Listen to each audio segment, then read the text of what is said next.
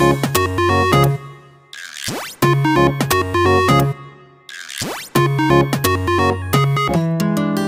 Petit Prince, Antoine de Saint-Exupéry, 8e et dernière partie.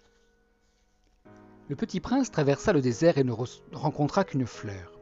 Une fleur à 3 pétales, une fleur de rien du tout. « Bonjour » dit le Petit Prince. « Bonjour » dit la fleur. « Où sont les hommes » demanda poliment le Petit Prince. La fleur un jour avait vu passer une caravane. « Les hommes ? Il en existe, je crois, 6 ou 7. Je les ai aperçus il y a des années, mais on ne sait jamais où les trouver. Le vent les promène.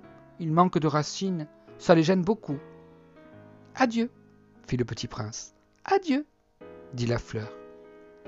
Le Petit Prince fit l'ascension d'une haute montagne.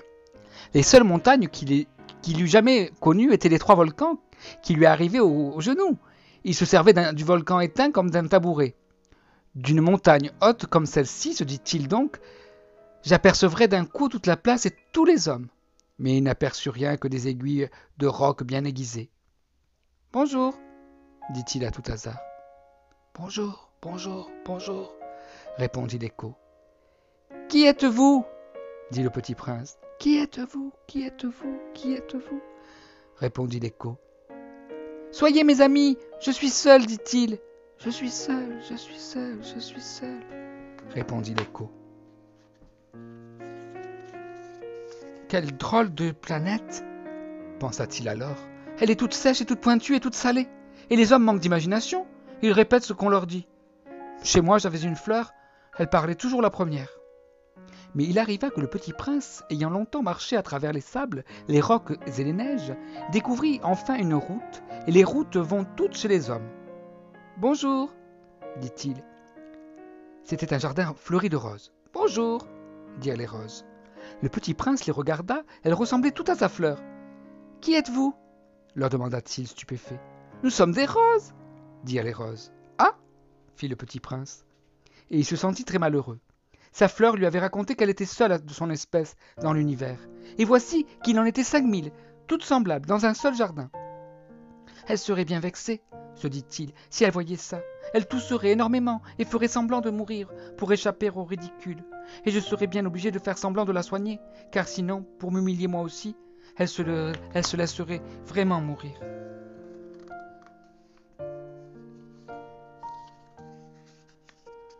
Puis il se dit encore. Je me croyais riche d'une fleur. Ça et mes 3 volcans qui m'arrivent aux genoux, et dont l'un peut-être est éteint pour toujours, ça ne fait pas de moi un bien grand prince. Et couché dans l'herbe, il pleura.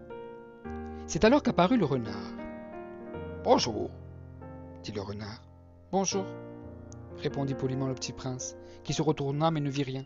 « Je suis là, » dit la voix sous le pommier.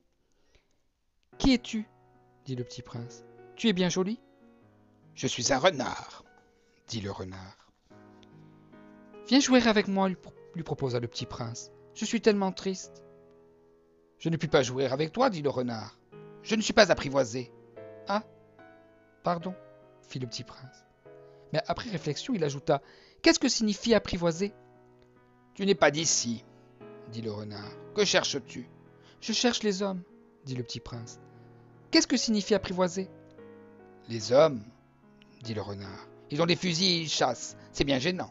Ils élèvent aussi des poules, c'est leur seul intérêt. Tu cherches des poules ?»« Non, » dit le Petit Prince. « Je cherche des amis. Qu'est-ce que signifie apprivoiser ?»« C'est une chose trop oubliée, » dit le renard. « Ça signifie créer des liens. »« Créer des liens ?»« Bien sûr, » dit le renard. « Tu n'es encore pour moi qu'un petit garçon tout semblable à 100 000 petits garçons, et je n'ai pas besoin de toi, et tu n'as pas besoin de moi non plus. Je ne suis pour toi qu'un renard semblable à 100 000 renards. Mais si tu m'apprivoises, nous aurons besoin l'un de l'autre. Tu seras pour moi unique au monde, je serai pour toi unique au monde. »« Je commence à comprendre, » dit le Petit Prince. « Il y a une fleur, je crois qu'elle m'a apprivoisé. »« C'est possible, » dit le renard. « On voit sur la terre toutes sortes de choses. »« Oh, ce n'est pas sur la terre, » dit le Petit Prince. Le renard parut très intrigué. « Sur une autre planète ?»« Oui. »« Il y a des chasseurs sur cette planète-là ?»« Non. »« Ça, c'est intéressant. Et des poules ?»« Non. »« Rien n'est parfait, » soupira le renard. Mais le renard revint à son idée. « Ma vie est monotone. Je chasse les poules, les hommes me chassent, toutes les poules se ressemblent, tous les hommes se ressemblent. Je m'ennuie donc un peu. Mais si tu m'apprivoises, ma vie sera comme ensoleillée. Je connaîtrai un bruit de pas qui sera différent de tous les autres. Les autres pas me font rentrer sous terre. Le tien m'appellera hors du terrier, comme une musique. Et puis regarde, tu vois là-bas le champ de blé? Je ne mange pas de pain. Le blé pour moi est inutile. Les champs de blé ne me rappellent rien. Et ça, c'est triste. Mais tu as des cheveux couleur d'or, alors ce sera merveilleux quand tu m'auras apprivoisé. Le blé qui est doré me fera souvenir de toi, et j'aimerai le bruit du vent dans le blé. Le renard se tut et regarda longtemps le petit prince. S'il te plaît, apprivoise-moi, dit-il. Je veux bien, répondit le petit prince, mais je n'ai pas beaucoup de temps. J'ai des amis à découvrir et beaucoup de choses à connaître. On ne connaît que les choses que l'on apprivoise, dit le renard. Les hommes n'ont plus le temps de rien connaître. Ils achètent des choses toutes faites chez les marchands, mais comme il n'existe point des marchands d'amis, les hommes n'ont plus d'amis. Si tu veux un ami, apprivoise-moi. Que faut-il faire? Dit le petit prince. Il faut être très patient, répondit le renard. Tu t'assoiras d'abord un peu loin de moi, comme ça, dans l'herbe. Je te regarderai du coin de l'œil et tu ne diras rien. Le langage est source de malentendus, mais chaque jour tu pourras t'asseoir un peu plus près. Le lendemain, revint le petit prince. Il eût mieux valu revenir à la même heure, dit le renard. Si tu viens par exemple à 4 heures de l'après-midi, dès 3 heures je commencerai d'être heureux. Plus l'heure avancera, plus je me sentirai heureux. À 4 heures déjà je m'agiterai et je m'inquiéterai. Je découvrirai là le prix du bonheur. Mais si tu viens n'importe quand, je ne saurai jamais à quelle heure m'habiller le cœur. Il faut des rites. Qu'est-ce qu'un rite? Dit le petit prince. C'est aussi quelque chose de trop oublié, dit le renard. C'est ce qui fait qu'un jour est différent des autres, une heure des autres heures. Il y a un rite, par exemple, chez mes chasseurs. Ils dansent le jeudi avec les filles du village. Alors le jeudi est jour merveilleux. Je vais me promener jusqu'à la vigne. Si les chasseurs dansaient n'importe quand, les jours se ressembleraient tous, et je n'aurais point de vacances. Ainsi le petit prince apprivoisa le renard, et quand l'heure du départ fut proche... Ah, dit le renard, je pleurerai. C'est ta faute, dit le petit prince, je ne te souhaitais point de mal, mais tu as voulu que je t'apprivoise. Bien sûr, dit le renard. Mais tu vas pleurer, dit le petit prince. Bien sûr, dit le renard. Alors tu n'y gagnes rien. J'y gagne, dit le renard, à cause de la couleur du blé. Puis il ajouta. Va revoir les roses, tu comprendras que la tienne est unique au monde. Tu reviendras me dire adieu, et je te ferai cadeau d'un secret. Le petit prince s'en fut revoir les roses. Vous n'êtes pas du tout semblable à ma rose, vous n'êtes rien encore, leur dit-il. Personne ne vous a apprivoisé, et vous n'avez apprivoisé personne. Vous êtes comme était mon renard. Je n'étais qu'un renard semblable à 100 000 autres. Mais j'en ai fait mon ami, et il est maintenant unique au monde. Et les roses étaient bien gênées. Vous êtes belle, mais vous êtes vide, leur dit-il encore. On ne peut pas mourir pour vous. Bien sûr, ma rose à moi, un passant ordinaire croirait qu'elle vous ressemble, mais à elle seule, elle est plus importante que vous toutes, puisque c'est elle que j'ai arrosée, puisque c'est elle que j'ai mise sous globe, puisque c'est elle que j'ai abritée par le paravent, puisque c'est elle dont j'ai tué les chenilles, sauf les 2 ou 3 pour les autres, puisque c'est elle que j'ai écouté se plaindre ou se vanter, ou même quelquefois se taire, puisque c'est ma rose. Et il revint vers le renard. Adieu. Adieu. Voici mon secret. Il est très simple. On ne voit bien qu'avec le cœur. L'essentiel est invisible pour les yeux.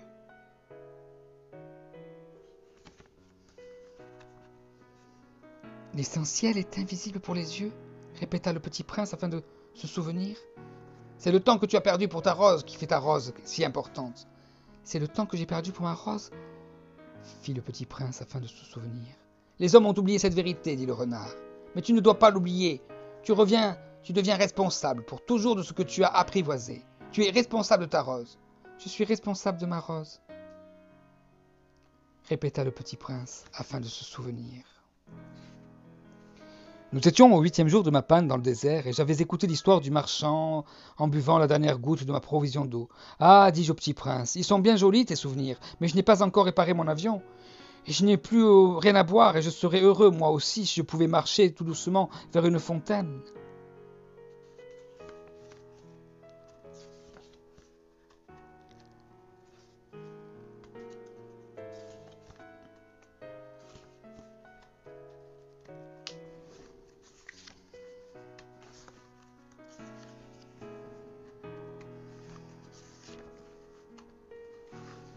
Et bien sûr, maintenant, ça fait 6 ans déjà, je n'avais jamais encore raconté cette histoire.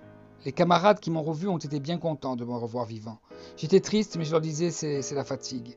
Maintenant, je me suis un peu consolé, c'est-à-dire pas tout à fait. Mais je sais bien qu'il est revenu à sa planète, car au lever du jour, je n'ai pas retrouvé son corps. Ce n'était pas un corps tellement lourd. Et j'aime la nuit écouter les étoiles, c'est comme 500 millions de grelots.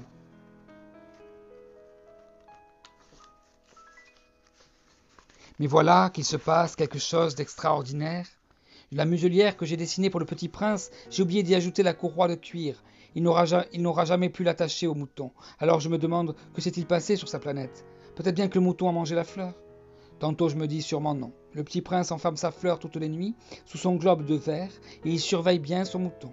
Alors je suis heureux, et toutes les étoiles rient doucement. Tantôt je me dis, on est distrait, une fois ou l'autre, et ça suffit. Il a oublié un soir le globe de verre, ou bien le mouton est sorti sans bruit pendant la nuit. Alors les grelots se changent tous en larmes. C'est là un bien grand mystère. Pour vous qui aimez aussi le petit prince, comme pour moi, rien de l'univers n'est semblable si quelque part, on ne sait où, un mouton que nous ne connaissons pas a oui ou non mangé une rose. Regardez le ciel. Demandez-vous, le mouton oui ou non a-t-il mangé la fleur? Et vous verrez comme tout change. Et une grande personne ne comprendra jamais que ça a tellement d'importance. Voilà, c'était le dernier extrait du livre d'Antoine de Saint-Exupéry aux éditions Gallimard. Je vous remercie infiniment d'avoir suivi cette série. Vous pouvez bien entendu les réécouter, les partager, vous abonner à ma chaîne YouTube. Et je vous dis à très bientôt pour une prochaine vidéo. Et je vous invite également à aller écouter et voir l'histoire de Noël pour les enfants. À bientôt. Au revoir.